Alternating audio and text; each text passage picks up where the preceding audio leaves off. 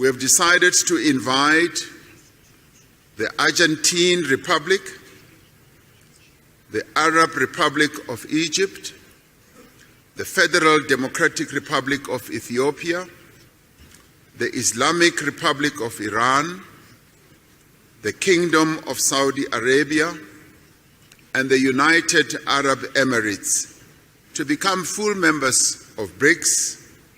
The membership will take effect from the 1st of January 2024. It's official. The world has changed forever. A new conservative age has officially arrived, and it happened officially just now at the BRICS Summit. Hey, gang, it's me, Dr. Steve, your patron professor, here to help you think better so you can feel better in these crazy and turbulent times. So if you haven't already done so, you know what to do. Make sure to smack that bell and subscribe button. Also, make sure to share this video with friends and family. We are once again, unfortunately, being throttled by big tech, so I need your help to get the hopeful message of this channel out to as many people as possible. Now, in our first video this morning, I argued that last night with the Trump-Tucker interview, last night was the official beginning of a new era in our nation. It was the official launch of a new epoch that officially toppled the legacy media. As of the last hour, the interview surpassed 200 million views, officially dethroning the legacy media, particularly the donor class-controlled Fox News and their pathetic waste of time GOP debate. Last night saw the end of an era, the legacy media era, and the beginning of a new era, the era of decentralized digital media over which woke warriors no longer have control. But something else even more titanic happened yesterday. The BRICS Economic Alliance, made up of Brazil, Russia, India, China, and South Africa, has officially admitted 6 new nations, 3 of which are among the largest oil producers in the world. The 6 nations are Saudi Arabia, Egypt, the UAE, Iran, Ethiopia, and Argentina. And here's what the new global map looks like. As you can see, geographically speaking, BRICS is now the dominant political and economic union on the planet. But what we have to realize here is that as of yesterday, the world changed in ways that go way beyond economics.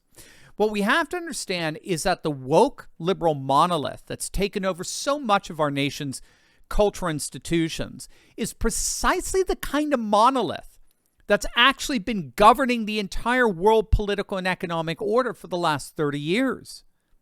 After the fall of the Soviet Union on Christmas Day 1991, the political theorist Francis Fukuyama claimed that we had reached what he called the end of history. And what he meant by that is that for centuries, the world was looking for the single best political system available, and we tried all these different options, but now with the death of the Soviet Union, the world had finally arrived at a consensus.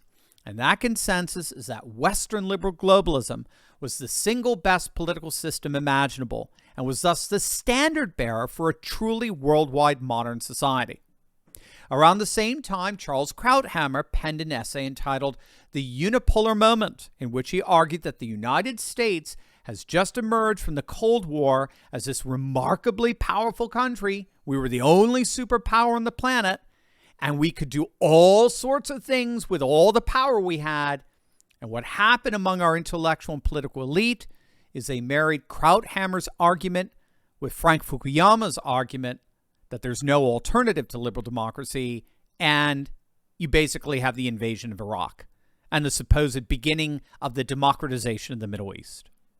The important point here is that the governing principle of world order for 30 years has always been politics. If you're a liberal woke democracy, you're a good country. If you're not, if you're anything else, you're a bad country. Politics forged the fundamental organizing principle for world order. As of yesterday, all of that changed, and you're not going to believe how. You're going to absolutely love this. But first, gang, you need to click on that link below and learn how to stick it to the establishment by using their own corruption against them. And you know exactly what I'm talking about. Companies like BlackRock, they've been bribing corrupt politicians like Nancy Pelosi with insider trading secrets for decades now. They know a whole host of trading secrets that gives them an unfair advantage when picking stocks. But did you know that thanks to a little-known SEC database, guess what? We can have access to those very secrets as well. We get to see what stocks these corporate CEOs are buying up in real time, and then we get to piggyback on their trades to gain the same advantage for ourselves that Pelosi and the crooks in D.C. have. My friend Ross Givens has been tracking insider trading for years, and his recommendations have led to investment returns of over 200%. Some have hit as high as nearly 1,500%, and now it's your turn. Click on that link below right now and learn how you too can learn to trade like Pelosi. Click on that link and learn how to gain an insider advantage for yourself today. What happened yesterday is that the principle for global order officially shifted away from politics towards culture. The organizing principle of world order as of today is no longer politics. It's now, for the vast majority of the world, culture. This is how we have to understand the challenge of BRICS as the major rival to the G7 as the new driver of global order. All the nations gathered in Johannesburg this week are united ultimately not because they have a common political system. That's the G7 model. To be a part of the G7, you've got to be a liberal democracy. You have to embrace the unipolar globalist vision of a one-size-fits-all political and economic system. That is not how BRICS works. BRICS recognizes that politics is generally downstream from culture. And the BRICS alliance is first and foremost a cultural and civilizational alliance. It's an alliance of nations that respect their cultural difference and seek to forge common, mutually beneficial economic ties that forge a powerful bulwark against the woke West. This summit and the announcement of BRICS Plus is the official formal transition from a unipolar world to a multipolar world centered on culture rather than a one-size-fits-all politics. And because now culture is the primary organizing principle of the world, the cult of culture, namely religion, is once again gaining ascendancy. Hence the importance of Iran and Saudi Arabia integrated side by side with Orthodox Russia, Hindu India, and Confucian China. As such, as some have put it, the world is moving away from geopolitics to now theopolitics, which means that conservatism, traditionalist cultural conservatism, is now officially the dominant organizing principle of world order. Another way of saying it, it's actually the cult of culture that is the new organizing principle of global affairs. The age of secular liberal globalism is officially over. A new conservative age has dawned. Hey gang, I know what it's like to feel alone out there in these turbulent times, but I broke free.